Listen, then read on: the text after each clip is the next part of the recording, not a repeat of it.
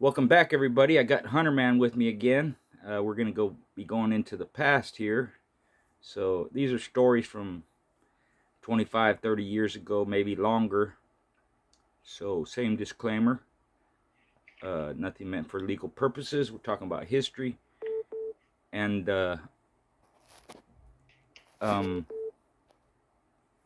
excuse me. How's it going, Richard? Good. We're gonna. I'm doing good, brother. Just I'm dealing with this other phone here. Uh, Yeah, um, what was I gonna say? Oh, we're gonna call this story time. So yeah. how you doing, Hunter man? How you doing, my brother? I'm good. I'm good. Good, good.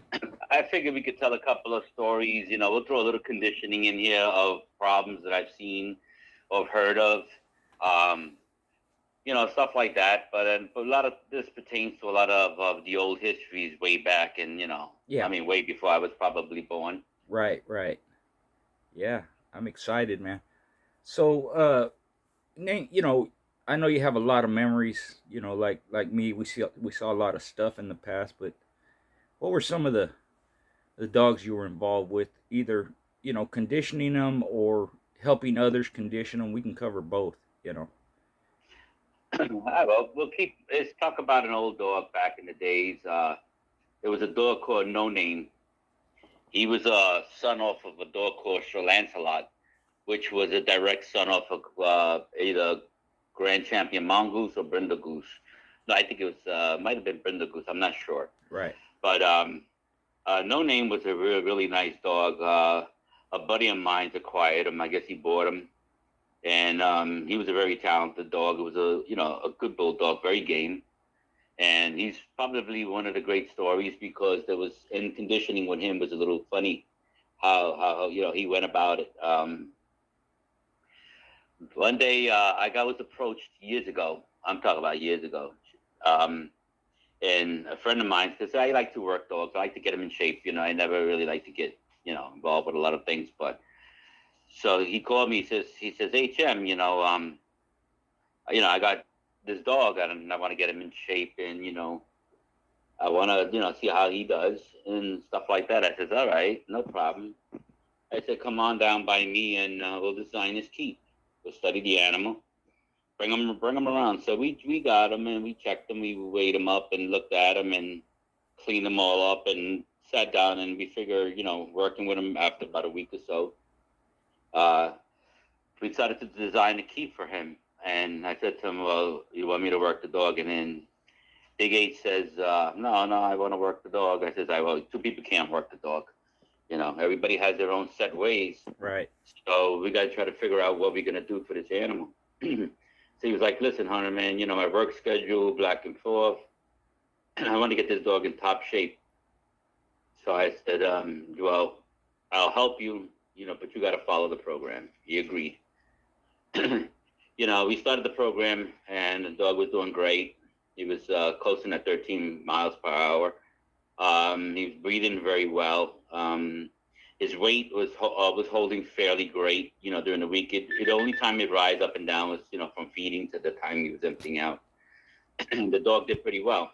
So we worked him for like 2 weeks. We got him in shape, and as he came, it was his turn. He came, picked up the animal, and he did his thing. I went away on vacation, and then I came back, and he dropped him off to me. And when I started with this dog, all of a sudden he was blowing hot. Temperature was rising. He was gasping for air. And he seemed like he was having a hard time struggling. He was getting tired too fast. Wow. So what happened was I says, hey, Big H, what did you do to this animal? And he says, oh, nothing, nothing, Hunter. He says, I just was experimenting, with stuff. I says, what did you do? He goes, nah, I didn't do nothing. I didn't give him nothing. I said, come on, stop bullshitting me. So we got to a little bit of an argument. And I told him, listen, I want to know what the hell you do with this animal. Bring whatever you was using and bring it here. So he came and he brought this product called Muscle Up. Mm. So I looked at that product and come to find out it was made for horses, dogs, and, working animals. It was supposed to build up a lot of muscle and build the dog up, feed the muscle tissue, which was, not bad. But here was the thing. When I took this thing, I said, "How much did you give him?" He says, "I gave him a teaspoon." So I says, "Why did you give him a teaspoon?" He goes, "Well, that's normally what I would give the dog." I says, "You gave him a teaspoon. But did you give him how many times a day?" He goes, "Oh, I gave him a teaspoon every day." I said, "Jesus Christ." Come to find out that muscle up at 1 teaspoon was equivalent for a full-grown horse. Oh, jeez. So you're talking about an animal that's over 1,000 pounds. So you gave him a teaspoon. So I says, "Harold, man, what the hell are you doing?" And, forgive me, guys, while we're talking that I'm going to use the F word and the F bomb once in a while. I says, "What the fuck are you doing? You're killing this fucking dog." He goes, "No, I wanted to put that. His legs look a little thin. I figure I'd build him up." I says, "First of all, we designed it to keep.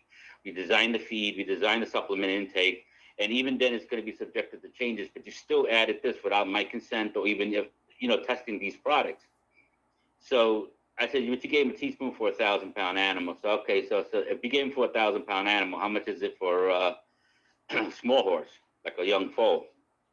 He goes, "I don't know." I said, "That'd be a freaking half of a teaspoon." So I says, "How much does a young foal weigh?" He goes, "I don't know." I says, "Well, depending on the breed, it can range anywhere from, 300 pounds, 200 pounds to even better, depending on the type of breed of horse. But nevertheless, it's a half a teaspoon." So I says, "Okay, so now if I gave this animal a quarter of a teaspoon, how much does a human being weigh?" He goes, "Anywhere from 100 pounds to 200, 300 pounds. I said, "Okay, we'll use that." So that's a quarter of a teaspoon. So I says, "How much does a young kid weigh?" He goes, "I don't know. Could be anywhere from 60 to 70 pounds, 50 pounds, depending on the size of the kid." He goes, "Yeah." I says, "But reality, from a young kid, a baby to a young kid, give me a ballpark figure what it would be." He goes, "Anywhere from 30 pounds to about 60, 70 pounds, depending on the age of the kid." I says, "Yeah, so how much would that have been if you had to give it to a person that much?" He goes, "I don't know." I said, "Well, that's an eighth of a spoon." Right. So you're talking about a 30-pound dog, and you gave him 1 teaspoon for a 1,000-pound animal, when the reality, the measurement was an eighth of a spoon. Yeah. For a 30-pound dog. So getting back to the story about this dog. So this dog went on the road, and he was competing against the top 10's best with those famous Wrangler dogs. And that animal was performing extremely well, to the point where we solved the problem. We figured out what we had. We had like a 2 to 3 week time frame, and we were able to solve that problem. So when he took that animal and went on his journey to his trip, he was doing very well. The animal was on top of his game, and unfortunately, with people in today's dog world, hotheads don't prevail. You get to a dispute with the individual that he was competing with, and argument took place, and it wasn't his turn. It was his turn to handle, and he missed his handle. The other guy wound up getting handled. No Name came across and kind of like collapsed, and was just laying there trying to grab, kind of grab. 10 counts, got counted out. Why? Because the guy got into an argument and he missed his handle, and the tide turned the other way. Mm. So what happened in that sense was that after 2 hours and change was the time frame. Okay, and it was his turn to get a handle and force the other guy to scratch, but no, he was running his mouth. He wind up releasing, and a loss is a loss. That's the bottom line. But what happened is that looking across the other side, I seen something in the other animal wasn't right, and I said to him, I said, "Big H, talk to the guy, see what he says. Maybe get a courtesy, see this just to see."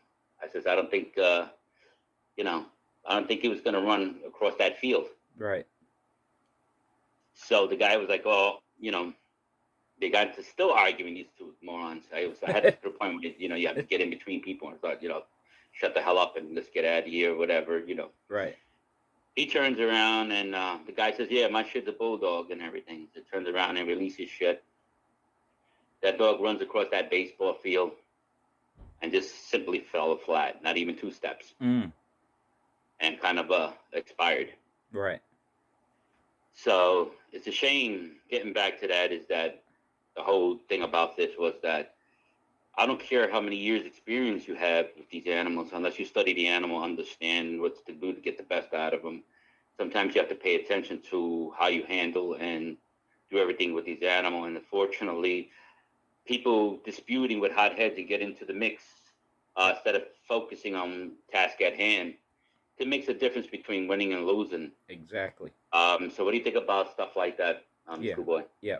That you have to have control, and you can't let your emotions get in the way of your good sense or what's going on around you.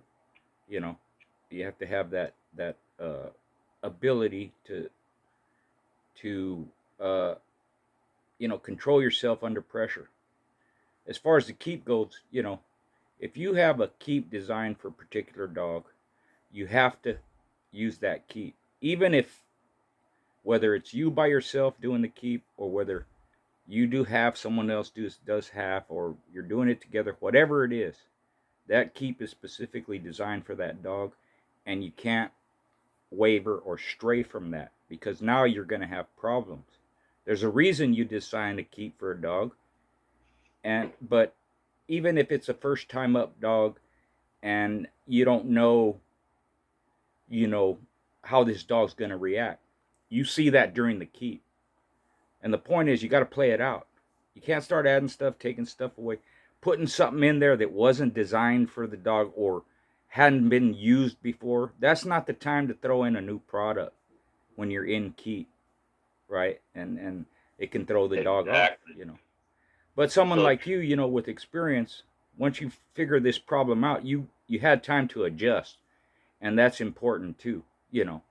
Where you can fix yeah, the problem and then have a better outcome.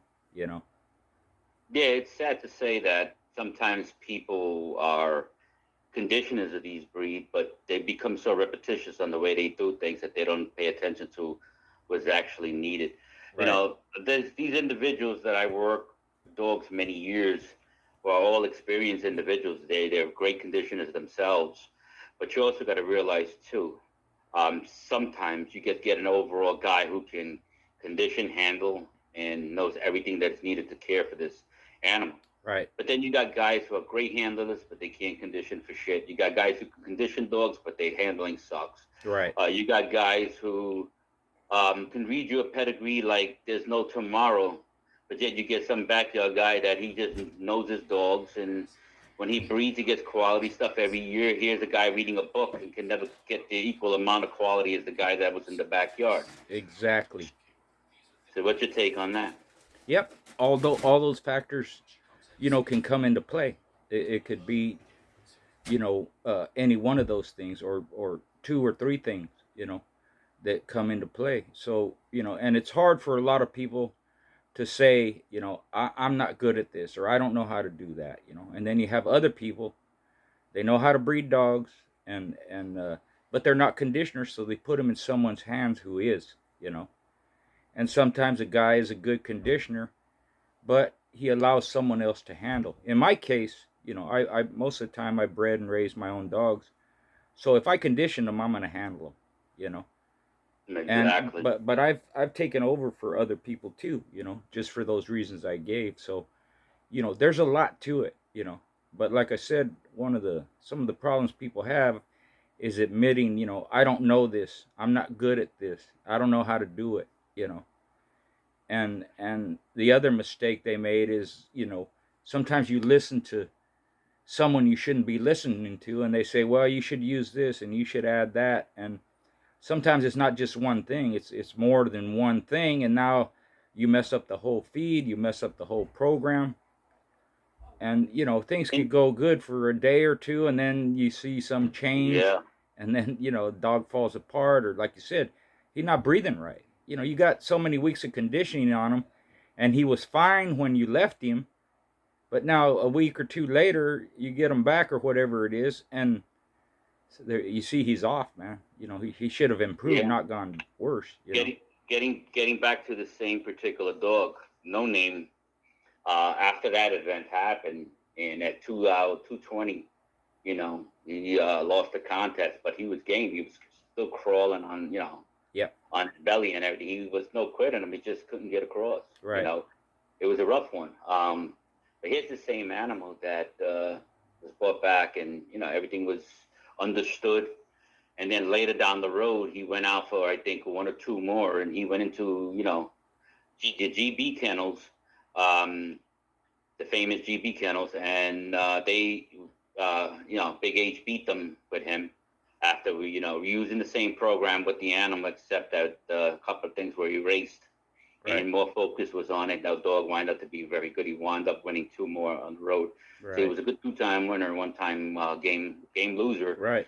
It's not like he quit. He just couldn't go across. Right. So with the other two, I was proud to assist on redesigning the program and stuff like that. But all the credit, regardless of I designed to keep, as long as someone does the work and puts the work in, it's their fame and glory, not mine. I'm so into conditioning. I help many throughout the years and stuff like that, and I got a lot of enjoyment out of it. But I put a lot of time into some great ones, and right. In the past. But so with that in mind, I just wanted to bring one issue, and then you can capitalize on this one, Schoolboy. And one of the things I've noticed is that you get what we call the insecure dogman. And the insecure dogman is a person that you go, Richard, out of your way to help him. You prepare him for everything. You give him the schooling. You give him the teachings. You give him the program. And all he has to do is follow it. We do understand that as we're going through that program, there's going to be a lot of changes and corrections and sometimes readjustments made. But why is it that the insecure dogman has a tendency of calling Joe Schmo, going to the next guy's house, asking him, and then going to the next guy asking him, but yet he's asking for your help. He knows your capability. He knows what you're doing from, but why does he keep on asking other opinions? Now they throw him off by giving their opinions, and now this dog is ruined. You know how many dogmen do that today? Yep. Yeah. Bounce around to everybody like it's unreal. It's really you're crazy. Right. You're right. It's like, in at least in my head, I'm saying, well, why the hell did you ask me then? If you're not going to listen, you're going to go to someone else, because like I always say, if someone gives you info, you have to test it.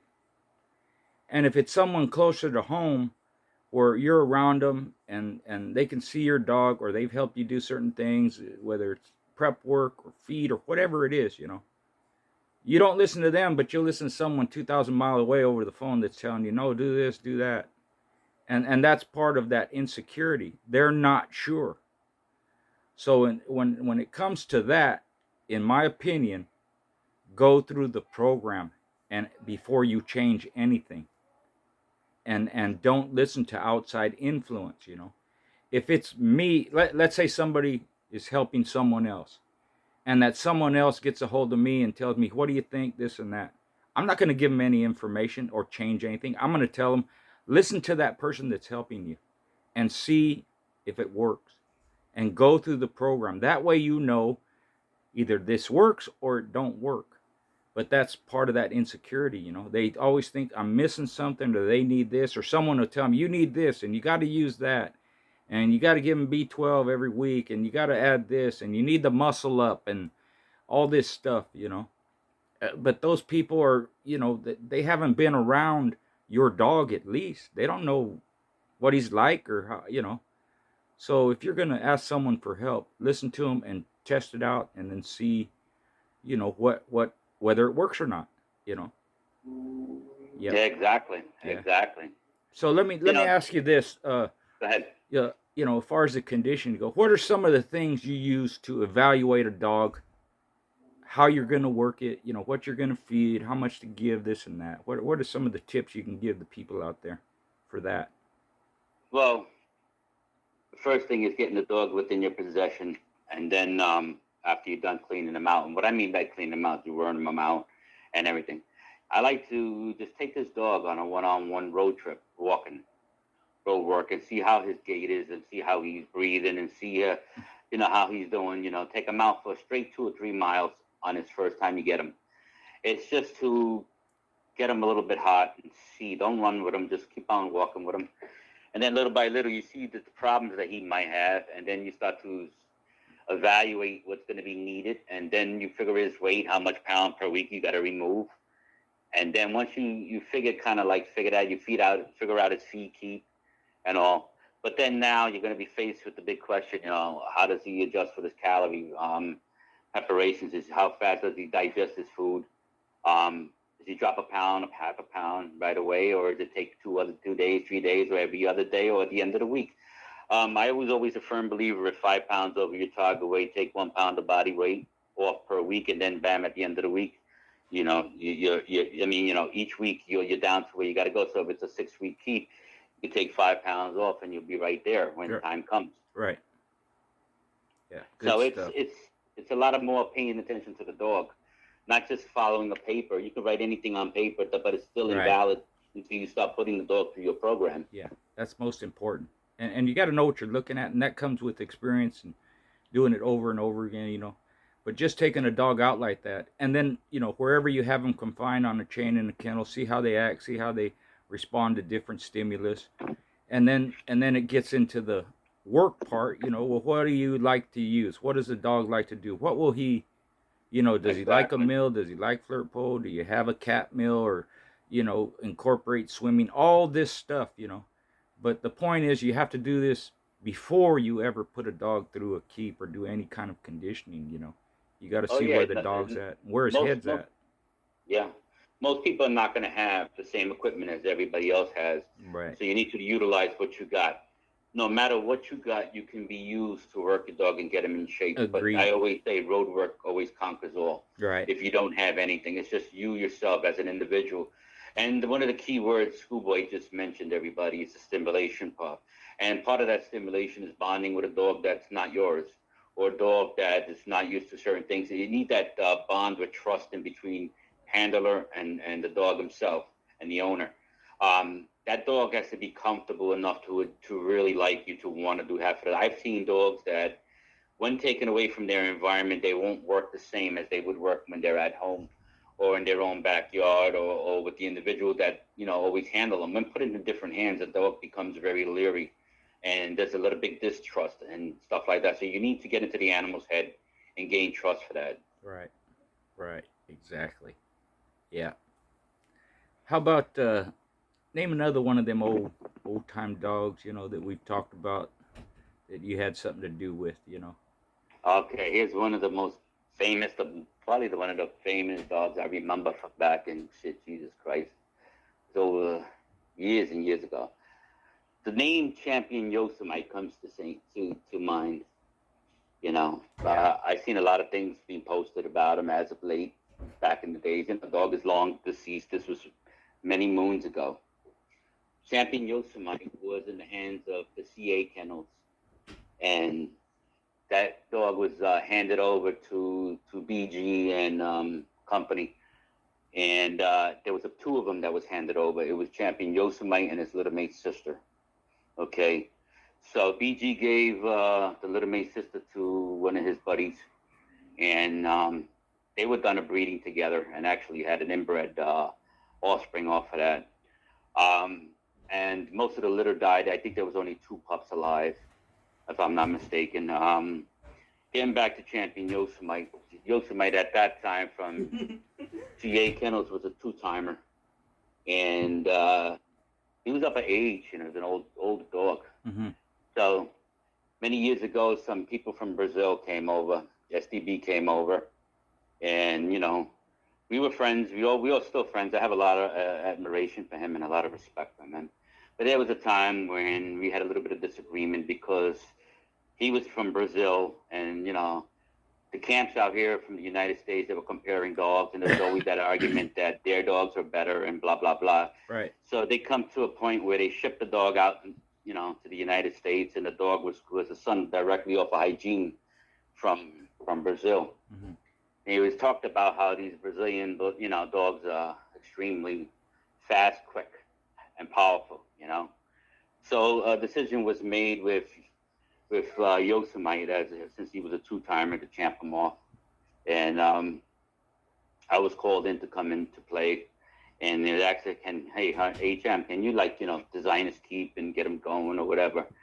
So I decided to, because I was a little bit kind of pissed off at, my friend at the time, because, like anything else, sometimes in the dog game, sometimes people's egos get the best of them, and then it becomes a conflict of interest, and you're not there to hurt them. You want to help them, but then they think they're big king shit at the time. And, sometimes we take things wrong, but anyway, the competition Right. begins. So I got together with OE, and I said, hey, I'm going to give you a hand with that. So I started working on designing the keep with Yosemite and stuff like that. OE got him, and he's going to condition him. He takes the credit for conditioning the dog. I just help put it on paper and then bring in the right supplements for such a dog at that age. It's pretty rough.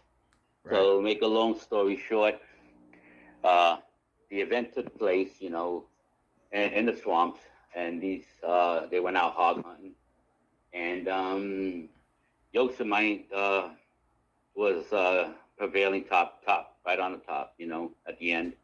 The game is a freaking night as long, and it's a very, very, very deep, powerful game dog. And Yeah. That the son of Hygiene was a phenomenal dog, But unfortunately, Yosemite put a stop to that, and Yosemite became champion that night. And the thing with Yosemite was he took a rough one, that mouth stuff is really rough Mm. sometimes. So BM came over and stitched him up, fixed up his jaw, put the half of his lining back in his mouth because he had bitten so freaking hard, And the other one didn't, he didn't do very well, and Right. his event was over. But when people say, hey, I champed him or I did something, first of all, they didn't. Number one, oh, he did. And then people say, well, we made him champ. I was there. I said, no, you didn't, because I was there. Right. I saw him. I was actually the guy that displays the rules. So that was the end of that. Yosemite was the son of Captain America's champion, Red. Mm. Phenomenal bulldog. Yeah. How old was he? And he's actually close related to Champion Bad Boy because of Champion Pearl or something in the background. Right. If I'm not mistaken, I got to look at the pedigree. But, the thing with that was sometimes cool heads and people that will always prevail, but at the end, sometimes hot heads don't pay attention to what is most important. Right. You're pushing these old dogs at old ages. It doesn't matter whether they could win or lose, but the bottom line is, sometimes you have to know your limitations and have respect for the animal, because sometimes that little ego to go and get that big, championship belt under your waist is sometimes will cost an animal dearly, and you don't want to do that if you're not experienced enough. Yosemite had no problem with that. He healed because of MB. So because of his medical expertise, and turned out to be a phenomenal animal. Later on, SDB wound up buying him, shipping him to Brazil. With him, Bad Boy, Croc, Freeway Sun, the whole face of Brazil has changed. If you go to the Brazilian market and look at the dogs out in that country, there's a lot of our dogs in there. Mm. A lot of dogs from the United States, but they were all imported from the East Coast, Nice. from the same Nice. particular family, from the same particular camp. So that I want to get the record straight. Right. Yeah. Yeah. Yeah. Some people might, when dogs get older like that, they think, well, you condition them the same as when they're young, and I'm against that. They actually need, not as hard conditioning, and the diet is different. You know. Yeah, yeah, Yeah. it's crazy. Yeah. You know, um, I have always been enjoying the sport of getting these dogs in shape. My whole thing was just conditioning dogs. Right. That was more forte because to me it was a special thing with this dog and testing my abilities and seeing if I can get the best out of them. But sometimes I'm against a lot of people say, oh yeah, I want to go for 2, 3, 4, 5. it's fine if if you go right through them, the competition. But why would you want to push something so far when he's already made champ? And just because you want to go for the grand champ status. When you look at all the archives and the history and the books of all these game dogs, you know, you see these fantasy land about the dog winning 14 shows and 15 shows. The question was the competition as good as they are, or even as good as the dogs today? We don't know. Right. But rule of thumb is if the dog performs fast with no injuries, nothing, that's one thing in the back in the days as you look in the history books. Right. But sometimes, man, when you want to go for that next number and then you push him, he just came out of a hard one, and then 6 months later he's reintroduced to that environment. That's insane. What do you Yeah. think about that, Schoolboy? Yep. No, it's true. In fact, one story has come up. That famous dog, Ken Allen's Robert T. He was something like a 12-time winner, and the guy who had conditioned him before got him and was conditioning him again for his last show. Well, during the conditioning, he takes him back to Ken Allen and tells him, "Hey, he's not the same. I can't put him through the keep. He's too old. He's been through too much. And, he should be left alone. He should be retired." Well, rather than taking that advice, they put him with another conditioner who was a good conditioner, but, didn't give the same report back and saying, "Hey, this dog, you can't do this to him anymore." And, of course, he ended up losing, you know. And he probably didn't survive, I'm not sure, but he was either a 9-time winner, 12-time winner. He beat champions, 2 or 3 or 4 champions. All of his opponents were experienced and all that. He had been through a lot, and he had been, over an hour, over 2 hours, even 3 hours in winning. And some guys just don't know when to call it quits. When is enough and is enough. And you have an experienced conditioner that you trust, and he comes back and tell you, "Hey, he's had enough. I can't condition him. He's a shell of what he was before." Sometimes people don't listen, and then the outcome is just like what happened with Robert T. He ended up losing his last one, after going through all that.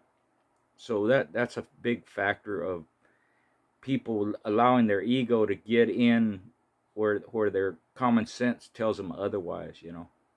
Sometimes they've been Yeah. through a lot, and then there's that factor, like you said, sometimes they were brought out too soon after a show. There was a dog, in fact, he was a good dog named Tocho. He beat me, right? He got best in show, my dog got gamest in show. And they brought Yeah. him out, again into a very good dog. But in my mind, even back then, I'm saying, man, that was too short of a time, because we went over an hour, a little over an hour, and I felt, he needed more time to heal up and recoup and all that. And he ended up losing. He didn't quit, but in my mind, I thought, man, if he had had more rest, maybe another 3-4 months rest before they did anything with him, he might have put on a better showing. Yeah, that is so true, man. I use a couple of these dogs as an example of that. Uh, back in the days when Champion Shaka went into bolt action, he had an impressive win over bolt action. Um, and then, fortunately, like you said, partnership intervenes with stupidity sometimes. So one partner says, "Don't do it." He just came out of a show. 6 months later, he's hooked into wino and becomes wino was a 4-time going for grand champion, and grand champion wino wins. Yeah. Over Shaka. Now, why did Shaka after? And I saw the video of that. Right. Shaka had just got done beating both action and lost lost his cutters, Right. one of his cutters. And then, it goes in 6 months later, and then, he loses another cutter, and then into the show, he was picked up game. Wino became grand champion, but was it necessary Right. to bring out such a fine animal 6 months after he just competed in such an event? Right. This is mistakes a lot of these dog guys get because it's great. The heat of competition is amazing, but time, If I was in that situation, I think I would give that dog a year and a half off and then come back in super duper strong and ready. Right. Why would you think the body is actually healed within 6 months? Just because the dog looks good on the outside doesn't mean it's good on the inside. True. True.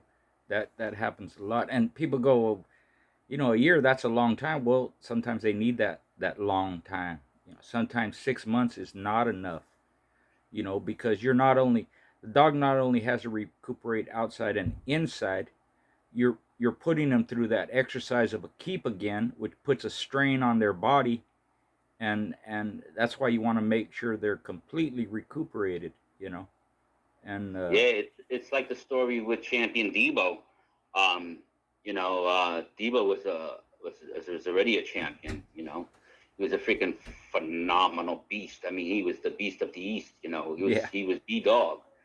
So years ago, some camp decided to take Debo out and go into the GB boys, into Cohagen, who was also another champion going for grand champion. Mm-hmm. So, people call me and talking about, about this whole thing. And I didn't know where the hell Debo was. Come to find out afterwards that, they rode around with him in Jersey or somewhere in New York. Who the fuck knows where these guys were from or where the dog was. But these guys are smoking pot. They were a bunch of street people a little bit, I guess. Had him around. I don't know who conditioned the dog, but make a long story short, during the event, Debo was dominating everything. And this was back in 1943, I think it was. Mm-hmm. So Debo was dominating everything, and I'm looking and seeing, into Debo's eyes as to what's going on. And I seen trouble, and people are looking at me. And a friend of mine shouted out to me, says, "Phil, what do you see in that video?" I said, "I see trouble." I said that he's starting to slow down, but he's like starting to go into that zombie la la land. Right. So I'm like, oh man. So anyway, the tie was like it was a classic. It was definitely a classic. Both phenomenal animals. But when Debo was taken to the corner, I seen him sulking over a little bit, and when to flip him around and put him in the corner, I seen his head in the video going straight out, and his eyes were glassy, and he had water coming, looked like he was tearing. And I said, this dog is fucking oxygen depleted. Something wrong with him. So anyway, they held the other one back. They held Cohagen back, and this count started. And I said to myself, right in front of a friend, I says, within 7 seconds, he's going to fly, across after 7 seconds. Right. If he even, wakes up. Yeah. So anyway, so the count went on, 10-second count. He got counted out. It was over. But then I counted while he was standing there. I said, my friend's like looking at me. He says, "Why are you counting?" I said, "Shut up." I said, 1, 2, 3, 4, 5, 6, 7. And all of a sudden, Debo bolted off that guy's hands. It flew across the box, grabbed Cohagen by the chest, and literally turned him over to the opposite side of the wall, and wouldn't get off. They had to break him off. Yeah. Make a long story short, what did I see in that video? Well, what happened is that because of poor conditioning, lack of oxygen, the body was under so much stress that the brain tells the heart and the arteries and everything to shut down. It needs a cooling process. Your body can only go to a certain amount of temperature. When it overrides that temperature, the dog's body has a mechanism where it has to shut down certain organs, arteries, and stuff like that, so the body cools down for the vessels to expand. Right. So, in other words, he was oxygen depleted to the point where he never moved. He had his head straight out, staring, fixated across at the opponent during the video. And when his body cooled down, the circulation of the blood started to go across through the body. That dog woke up within the 7 seconds, as I predicted it, and flew across. Okay? Sad to say, because of the owner's neglect of not working this dog and not conditioning properly, hanging out in the car in the summer heat and all that, smoking weed and everything, as I would, found out all this later on. Right. So people were offering me to say, hey, Hunter, would you take Debo? I said, shit, in a heartbeat, but I couldn't take him. I was, couldn't have the dogs at the time. Right. I had issues with the old lady. Make a long story short, so I didn't get a chance to acquire him. I would have took him in a heartbeat because I knew he was still. Debo turned around and later on down the road, from what I was told, kicked some shit off the chain or whatever it might have been. Right. But the story to this is this, man. Such a fine animal and such a most important event of its life to become grand champion, both parties. Okay? You let this animal be conditioned by a bunch of losers that didn't know how to work this dog, because this dog, there was no way that this dog should not have won. Right. This dog was winning, mind you, winning. There was no beat. You could not beat Debo. No way. And he had all the tools, but because the body shut down of oxygen depletion, this costed the whole camp dearly. So this is one of the mistakes I've seen in the past. And yet he's still a fine animal. Right. Yep. There again, there's it's said all the time, they're not machines, this and that. All that's true, and that's one example, where if they shut down or they're in shock or they can't breathe or they're overheated, the body reacts certain ways to it. Some people will misjudge the dog and say, "Oh, he's no good, he's this and that." No, it's not that.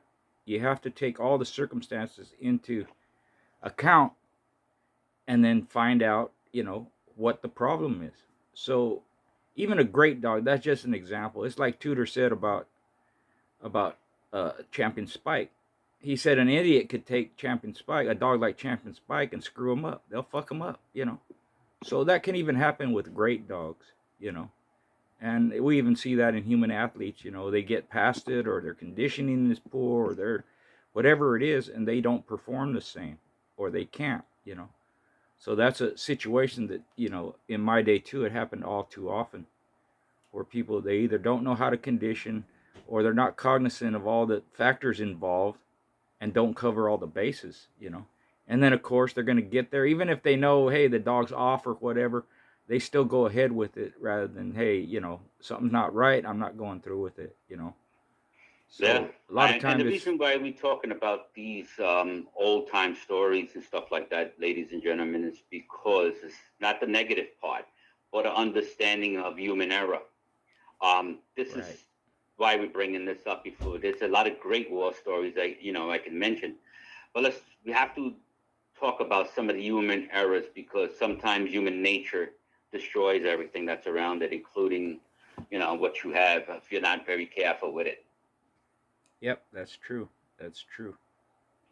I've seen some very good. Sometimes, it's they don't have all their tools. I've seen very good dogs that were in good shape, a little bit. They've been through a lot. But still good enough where they could compete. At that high level, but they're missing all their teeth. Or they have some injury that they've recuperated from it, but they'll never fully recuperate from the injury, and that can hamper their performance. What do you think about this one, Schoolboy? And I've seen this, many a times from many movies and shows and stuff that I've seen in the videotapes back in the days, and what we call, you can win if you know how to handle. Right. I've seen a lot of game dogs that couldn't bite their way out of a paper bag, but when you go into a hard biting fucking alligator that'll kill you in 20 minutes, right? How can you take a game dog that can't bite out of his way out of a paper bag to beat a fucking hard killer? It's simple. If you know how to handle, you can get him out of trouble every single time. Right. Before he gets in there. You need to know when to get him out. You need to be fast with your reflexes. Yep. I've seen guys handle a game dog, and the game dog was the lesser of the ability of the hard biter. Right. And didn't really have a chance to win if he was left there too long. The longer he stays there, the more damage he sustains, the harder it is for that individual animal to win. But if you get a crafty handler that can go in and snake them out real fast as a whip, and that game dog can scratch this the longest, the night is long, 2 hours, 3 hours, 4 hours. Sooner or later, that hard bite is going to run out of gas, and that's when you come in. Yep. But here's the thing. If you can't handle and you leave him too long, you're done. Yep. Yeah. There is no coming back. A lot of times, and I've seen that and been in those situations myself. The that hard scratching like that, or a dog that just doesn't give up. They discourage the other dog. You know, or the other dog's conditioning plays out and he's done too.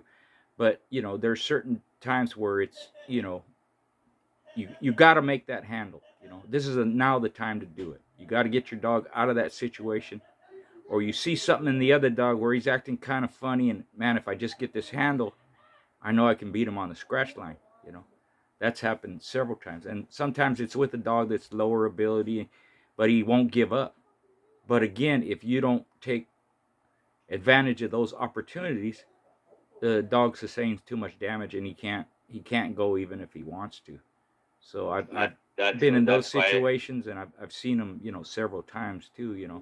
It's like you see it, man, you got to get a handle, and you do, and you got to have them quick reflexes and know what you're Yeah, doing. you got to know how to handle. I Yeah, think you take a 500-pound guy, considering a small little skinny kid. yeah, A speed handle is a lot better at a certain extent, but that also comes with paying attention and focus.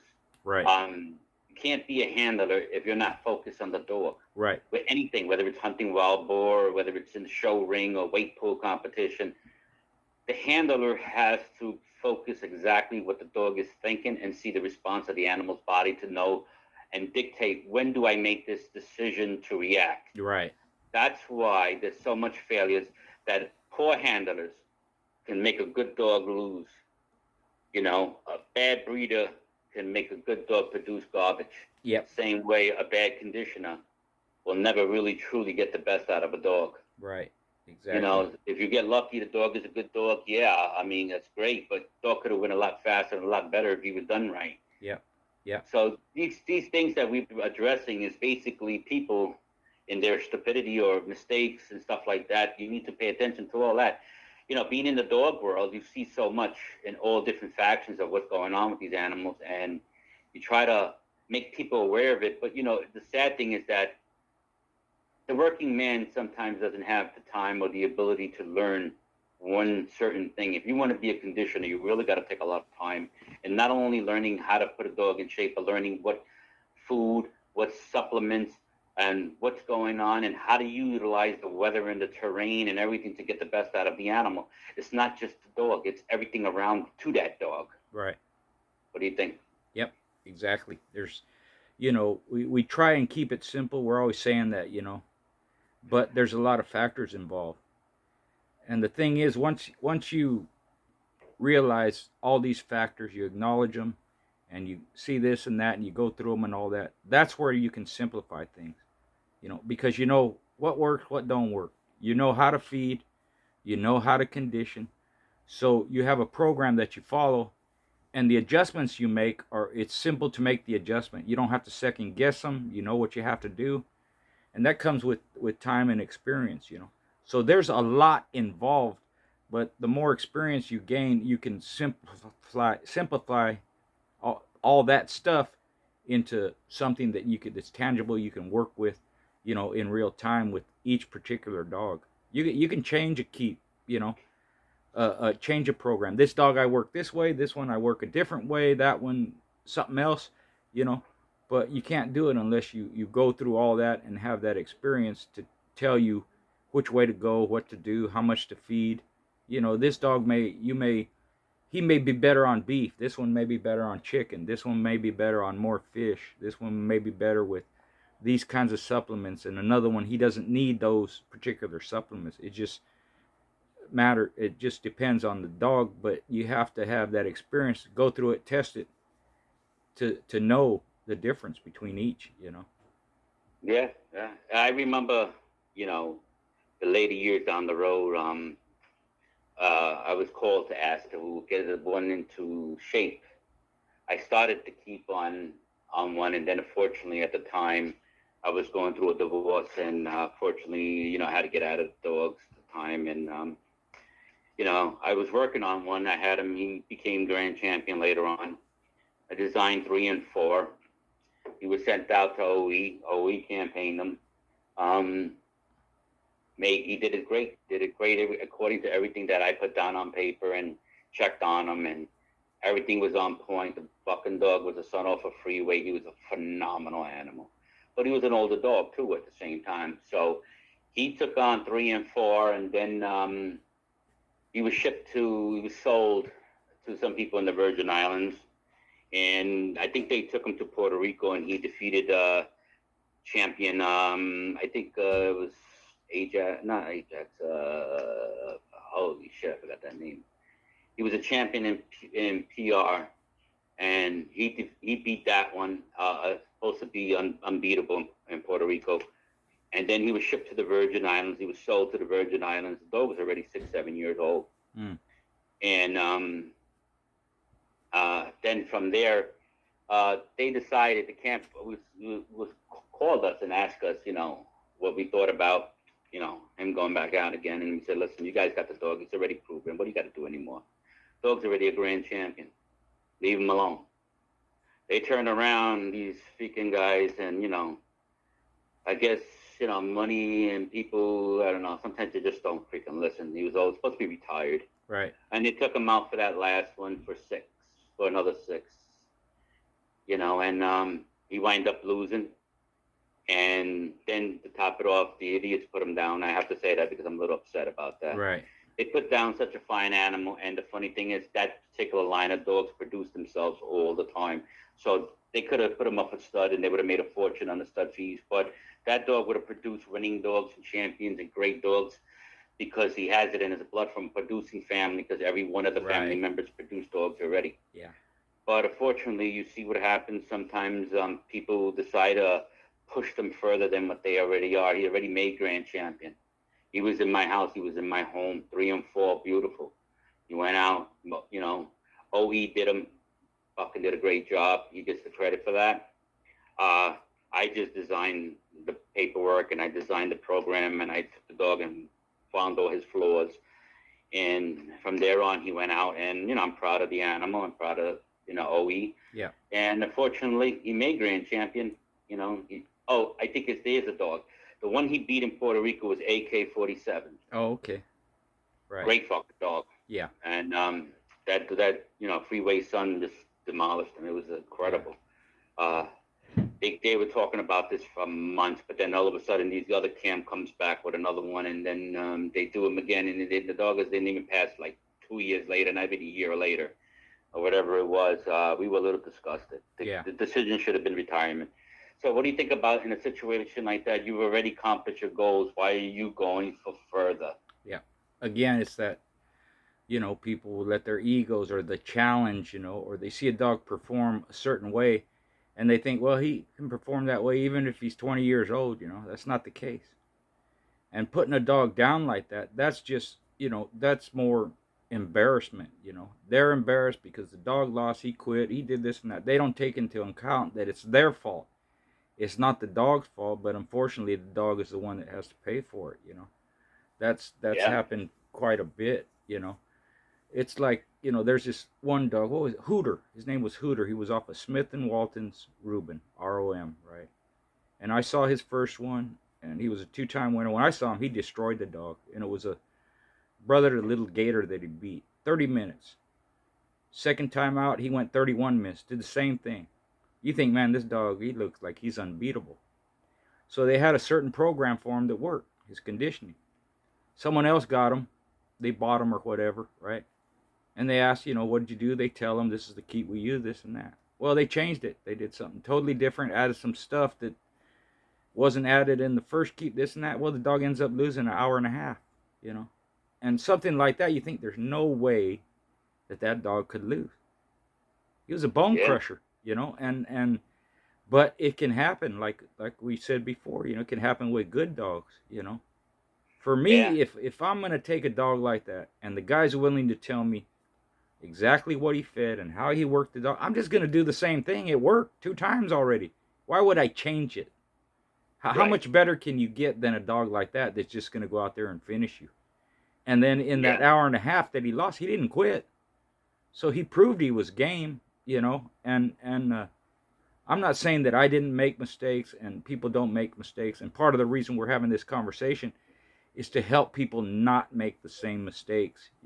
Yes, yes. So many great ones, man, gone because of stupidity. Yeah, yeah. I mean, there's But, there's funny stories, and we got a few. I got one or two good ones. But let's get back to another incident. Sometimes people don't have the eye for something, but they do it. I give a story about King. He was a two-timer.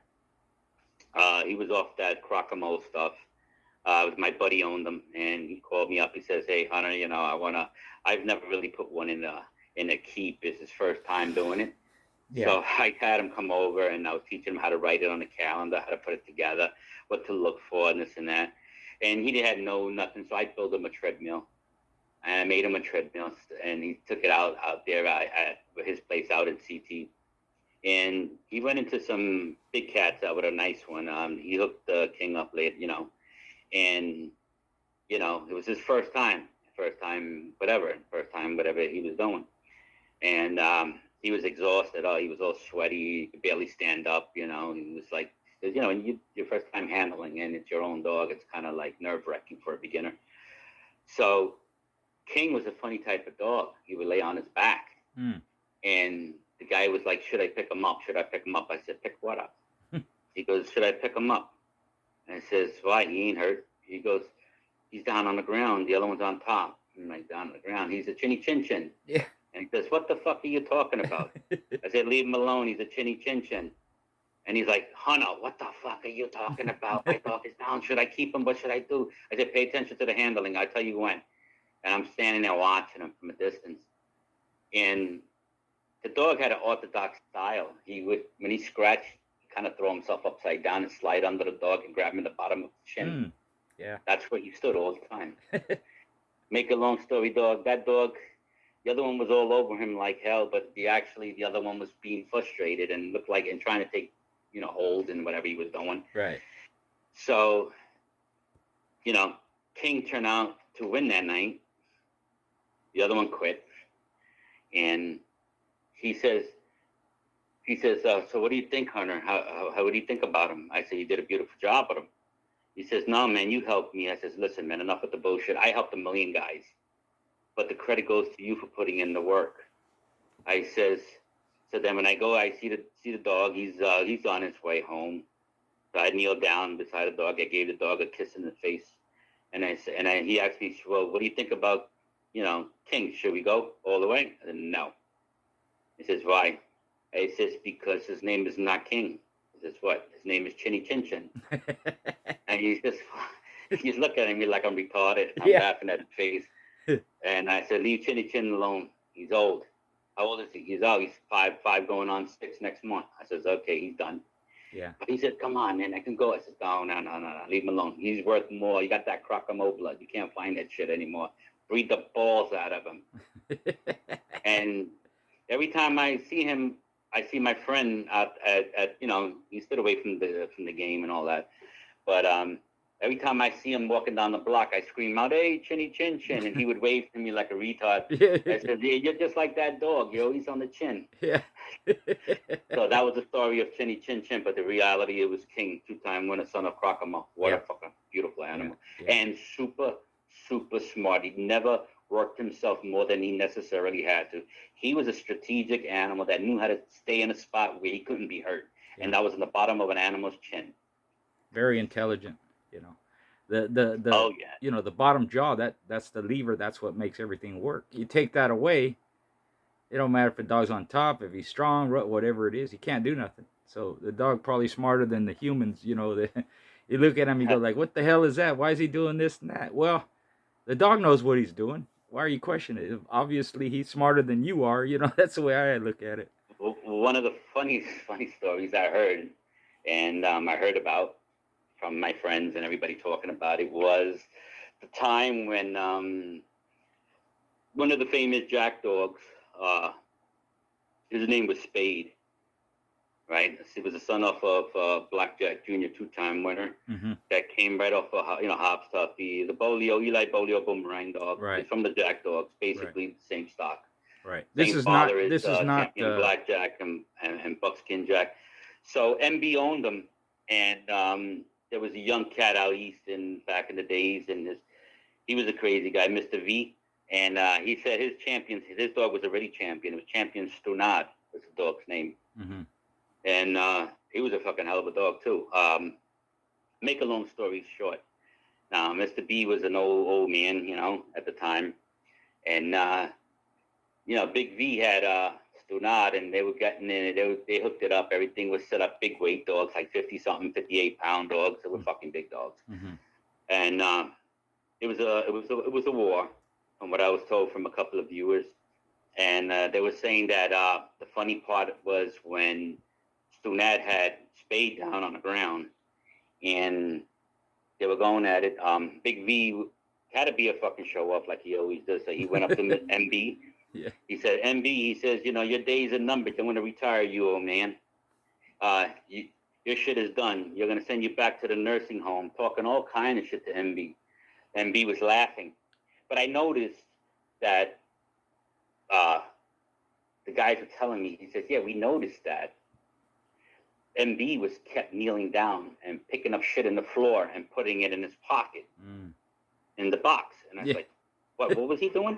He says he was picking up shit on the floor and putting it in his pocket. So everybody didn't know exactly why, but he kept, talking to Spade and everything, and started laughing. So Big V turns around and says, oh man, you're done tonight, baby. You're going home. I'm whipping your ass tonight. MB turns around, puts his hand in his pocket while a lot of dogs are going at it, from what I was told, and he pulls out a handful of teeth. So he turns around and says to Big V, he says, you ain't going nowhere tonight, buddy. He says, you ain't going home. And he was laughing hysterical. And what happened was, little did Big V paid attention to his dog. He didn't realize that Spade was a mouth dog. He was knocking all his teeth out. Every chance he got to get into that mouth, he was breaking out the hardware. Spade did not even lose a tooth. But he took the hardware and all the teeth out of the other one's mouth. Yeah.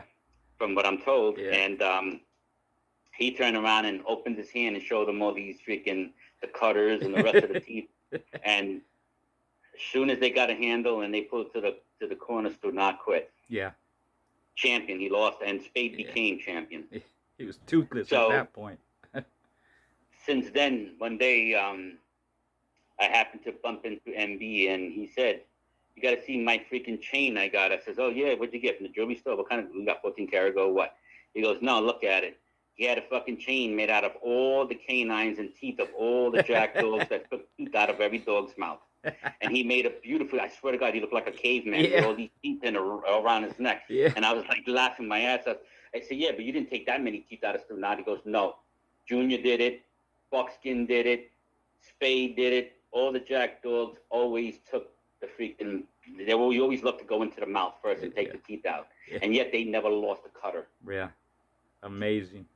But I think a lot of times with situations like that, sometimes poor conditioning, and not the proper nutrition. Yeah, poor nutrition. And right. to weaken the dog's teeth and gums. It does. A sick dog could lose teeth faster than a healthier dog, but at the same time, steroids plays a big fact with a lot of that. People who use juice tend to lose a lot of cutters and teeth and stuff like that, and the dogs get weaker because once that onset of pain dissipates, after 40 minutes of whatever the hell they're doing, it changes the whole thing with the dog itself. The dog falls apart fast. Yeah. You ever see that? Yep. Oh, yeah. Yep. It's almost like, they hit a wall and then they're finished after that, And, these are people that I know, what they used. And it could have that adverse effect, It takes a lot of knowledge to use something that you're not familiar with. And for me, if there's, even a chance that there could be some long-term damage, I'm not going to use it. I'm not going to use anything. Nah, like that, I don't believe in it. I think if you have to use that shit to win, then you really don't have confidence in your ability as a conditioner. Yeah, I had that same attitude back in the day. And, some old-time guys that I've talked to, because a lot of them open up to me, and they're not active. Some of them are 80 years old, and they'll tell me what they did and what they used, And some of them did use them, And some of them we see in the magazines, they talk about it, like Mayfield and different people, right? But some of these old-time guys, I ask them, hey, did you ever use steroids? They go, nope, I never did. One of them, Gene Matson, I interviewed him. He had over 300 shows. Did a lot of famous dogs, Champion Spade, Champion Red Baron, Champion Fred T, and Cleo, and all these dogs that are well known for those that do their research. He never used them. He said, I wouldn't do that to my dogs. I don't need them. I know how to condition. And he started from a young age, learned from the best. But it just made me feel good that someone of his caliber, agreed with some of the ways that I thought that, hey, I don't need them. And man, that Yeah. guy, he used to go into everybody. Yeah, And even here, as we discussed the past and certain things that are from way back when, before our times and stuff like that, it's easy for me to say, well, let me tell you how many I got and how many I want. But you can't, not in this day and age in right, social media with all the bullshit, right, you know, stuff like that. But, I think the greatest success for myself individually was not for me with my own personal dog. But was the fact that I got a lot of guys out there in the winning circle right. because I helped them. Either that, Yeah, or I worked the dog for them, or I, designed the keeps for them. And then when the dog, as they were going along, they're on the phone with me every day and having a cup of coffee. It's the same thing like when I first started. And, you know, I was working something, and I would, be on the phone with MB, and his wife would call me and say, I'm surprised you don't got a $300 phone bill. I says, no, you made a big mistake. It's not 300. She goes, yeah, I bet. I said it was 250. She starts laughing, and I spend a lot of time with him, uh, personally, in a serious note. It was something that we went over and over and over. A cup of coffee. We sit there for hours. I'm not talking about 1 hour. Being on the phone for over 5 or 6 hours a day, every day, 7 days a week, going over everything. How many times we did stuff to get people to the winning circle to help them, and let them do the work, because a lot of the guys I've helped done the work. And I'm very, very, very proud of you. Their success is my success, because when they win, I'm proud that I made a difference not only for them, but the welfare and the safety and the welfare of the animal itself, to get right. the best, Yep. not to be cheated out of something. Because the saddest thing to do is watch somebody say, yeah, yeah, yeah, I know this, I know that. So I get on the phone in the middle of the night. I'm like, so why the fuck are you calling? Excuse my language, guys. Yeah. Why the fuck are you calling me in the middle of the night to ask me a question on conditioning if you know it? You've Right. been around these dogs for years. You had champions and grand champions. Why the fuck are you calling me for? He goes, no, I just wanted to see what you say. Say, you want to see, why you wanted to call me? He says, what? Because you're fucking insecure of what you're doing. And you're not sure of yourself. Otherwise, you wouldn't be calling me. You should be right there with your dog training right now, focusing. But Exactly. see, it's not a question of how famous you are. It doesn't matter how much money you have or how many dogs you have. It only comes down to is how are you going to apply yourself to your particular animal? Are you going to put in the time? Do you care enough? Are you lazy? Or are you just going to let somebody else do it because you don't have the time? Be honest. If you let somebody else do it because you don't have the time, that's not a problem. Share the fame and glory, but don't take away the glory to the person that put the time into the dog, because he's the one that broke his ass to get that dog in shape, not you. You were just a money man behind it because you got hundreds and thousands of dollars you're willing to throw and buy champions and make yourself famous. But the reality is you don't know shit. You don't even know how to you don't even know how to feed a dog, as far as I'm concerned. But this is just the reality of life. Yep. It's not, you don't have to go out there and kiss somebody's ass. You don't have to go out there and listen to all the greatest war stories to think that that's going to teach you. It's not. You know who teaches you? Yourself. That animal teaches you more than anything. And just because once you realize you think you know about everything there is to know about the dog, every individual dog will always prove you wrong. And not every dog is the same. Everyone has to be conditioned differently. And every keep for the dog that I have ever conditioned was always different. And my pleasure and my greatest happiness was the success of my peers and the people who I cared about enough to help them to do the best they can because they wanted to learn. But I could tell you 1,000 people who just did it their way, and they always never, they should have won more than they lost. I hate to say it. Right. Anybody with 34 fucking losses and only maybe 1 or 2 wins, that's a fucking shame, because you should do a little bit better than that. You have the quality animals. You just have to apply yourself. this competition is so great. It's hard to win. But God damn it, you guys, you know, if you want to make a champion, retire him. What do you got to prove? He did everything he needed to do for you. Why can't you do everything for him and give him a better life as a stud dog or a brood bitch? Why would you lose the possession of the greatest blood you have? Because today, everybody's trying to get the old blood. Everybody's trying to recreate the old stock. Everybody has lost the lineage of their foundation, of their bloodlines, because of stupidity, because they sold them out, or because they watered them down, or because they simply didn't pay attention. And now 20 years, 30 years later, we get older and we get smarter and we say, well, we should have did this, we should have bred that. Boy, if we would have had that blood today, what a mark we would have made in the dog world. Too late now. Woulda, shoulda, coulda. But the question you have to ask yourself, what are you willing to do? And do you have what it takes? But most of all, are you going to apply yourself? Because if you're not, you're going to cheat the dog. You might as well cheat yourself. Very good. I mean, I couldn't say it any better, brother. And that's a perfect note to end on. Yep. So once again, you know, this is good advice. Sometimes you have to humble yourself, and you do have to apply yourself, and you do have to have dedication and learn. So with that, thanks again, my brother, and we'll do it again. We'll keep doing it again as much as we can. It was my pleasure. Enjoy, guys. This is just Always. the stories from the wild side. You know, back in the old days, and you know, like you said, even when you watch videos, you learn and you see things. If you can pinpoint it out, Yep. it's wild. Yep. But don't cheat yourself. Don't cheat the dog. And thank you for your support. And I hope you just enjoyed today with just storytelling. I know it's more of the negative side, but you need to hear that if you want to get to the positive side. There you go. All right, brother. Thanks a lot. Much appreciated. All right. Good night, folks.